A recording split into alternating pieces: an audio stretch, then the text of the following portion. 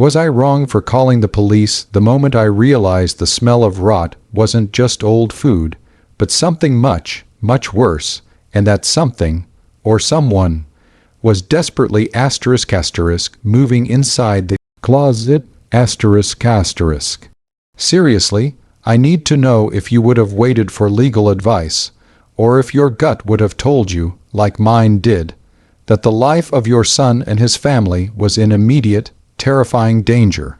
This is a story that goes far beyond a simple Reddit drama.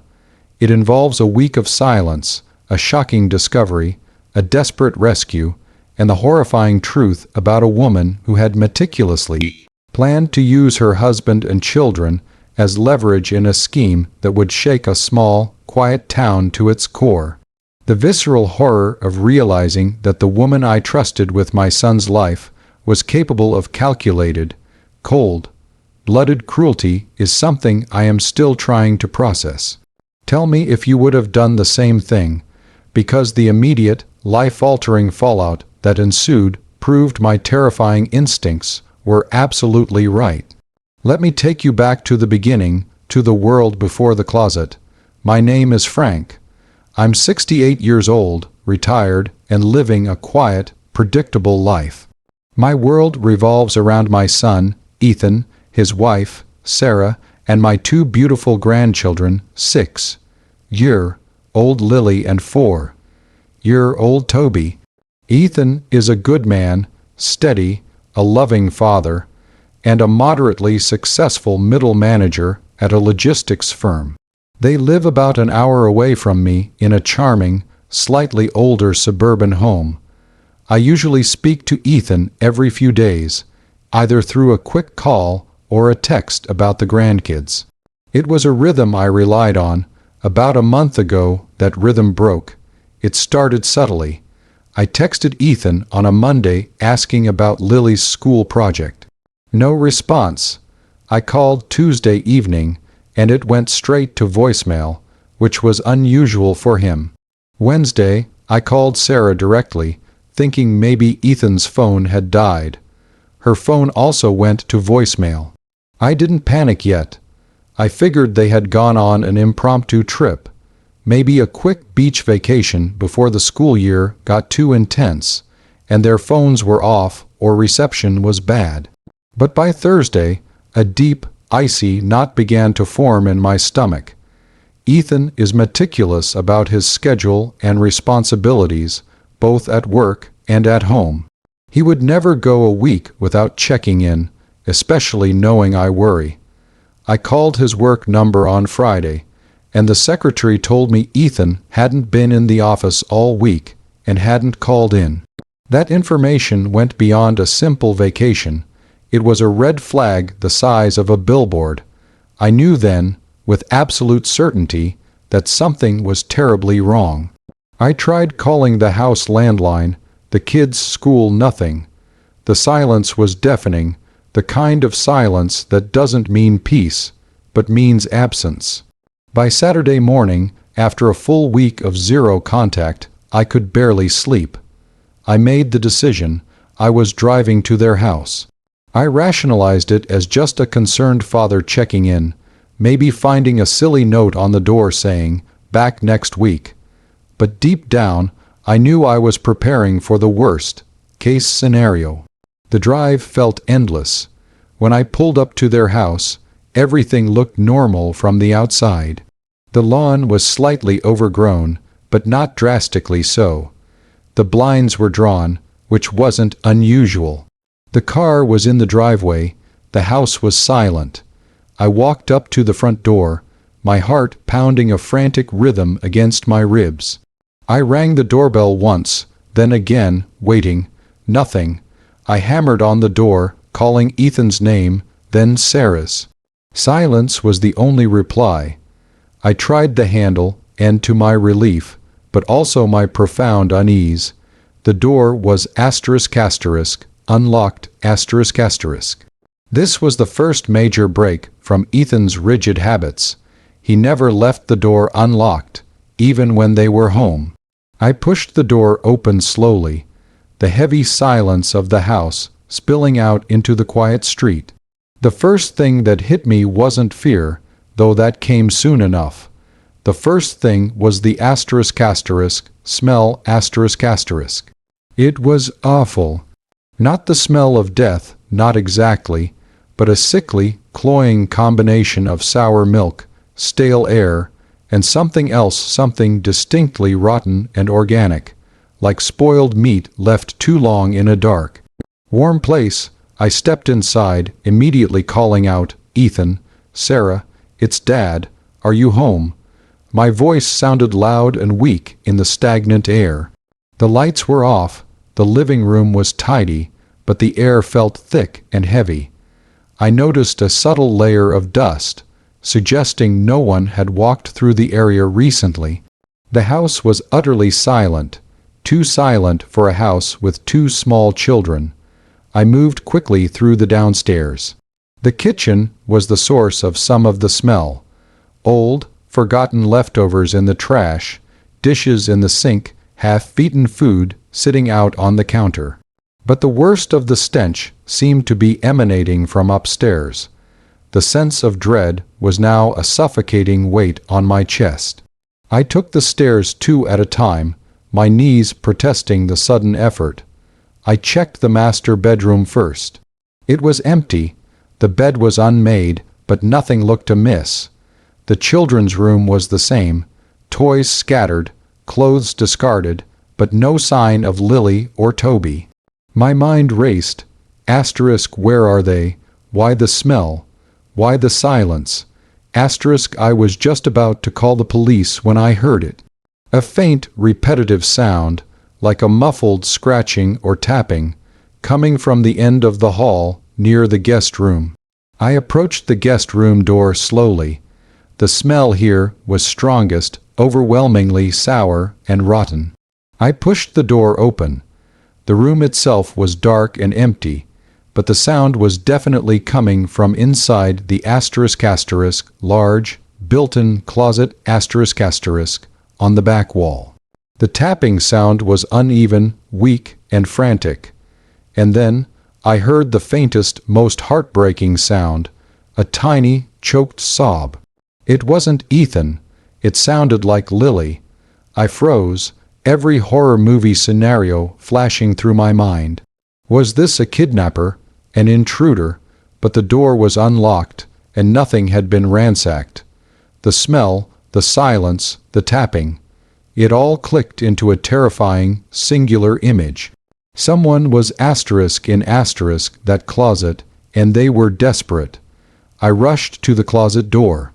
It was locked from the outside, not with a key, but secured with a heavy-duty, industrial-grade padlock that had been looped through the handles. I grabbed the cold metal, shaking it violently, calling out, "Lily, Toby, is that you? It's Grandpa, are you okay?" The frantic tapping increased, followed by a muffled, weak cry of "Grandpa." It was them. My grandchildren, locked in a dark, stifling closet, trapped and alone.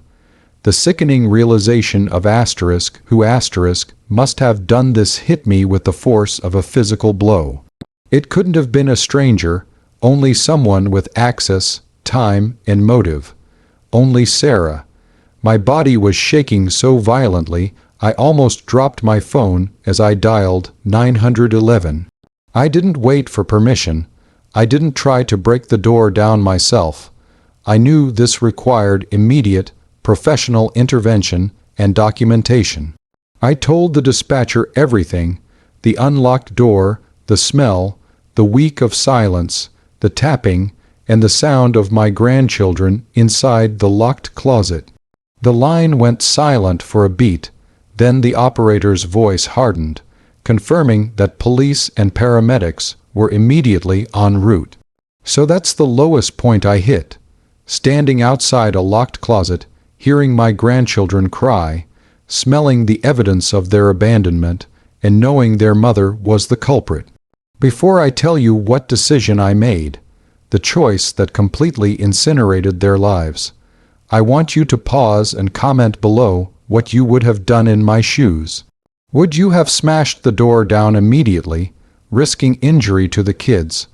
Or would you have done what I did and waited for the police to handle the volatile situation and preserve the evidence? The next 20 minutes were the longest of my life.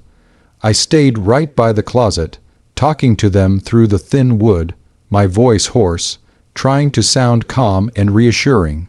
"It's okay, kids, Grandpa's here, the police are coming, you're going to be safe." I could hear them crying weakly, sounding dehydrated and terrified. The air inside the house was getting heavier. When the police finally arrived, sirens cut short a block away. They moved with a silent, terrifying efficiency. They smelled the air, saw the locked closet, and knew instantly what they were dealing with. A large, formidable officer took one look at the heavy padlock, nodded grimly, and with one swift, practiced motion, used a specialized tool to slice through the thick metal shackle. The sound was a loud, final asterisk snap asterisk. The officer pulled the door open, and the sight was devastating. Lily and Toby were huddled together in the corner, pale, dehydrated, and terrified. The closet floor was lined with a few blankets, a couple of empty water bottles, and a pile of rotting food, the source of the smell. That had clearly been left there days ago, hastily tossed in with them, but the most important discovery was the lock itself. The officer pointed out the key detail. The lock was heavy, duty, the kind you buy specifically for external storage units, and it was placed by someone who intended to keep them there for long time. Paramedics rushed in immediately, assessing the children. They were physically okay, suffering mainly from dehydration, fear, and exposure to the vile air, but they were alive. The immediate investigation revealed the terrifying timeline.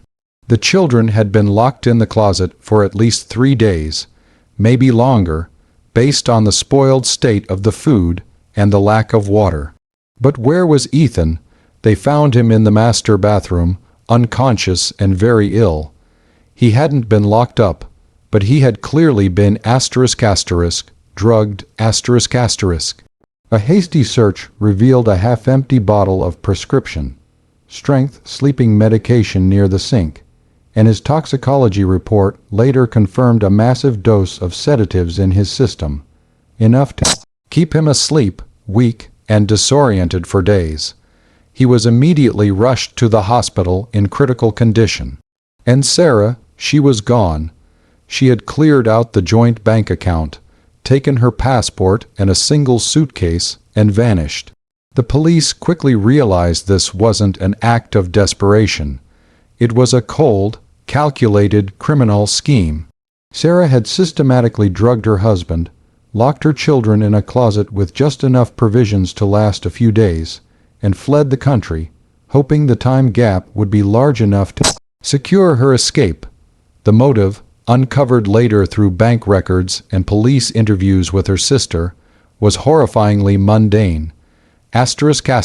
Insurance, fraud, Sarah was drowning in credit card debt and saw Ethan's life insurance policy, which was worth over $1 million, as her ticket out.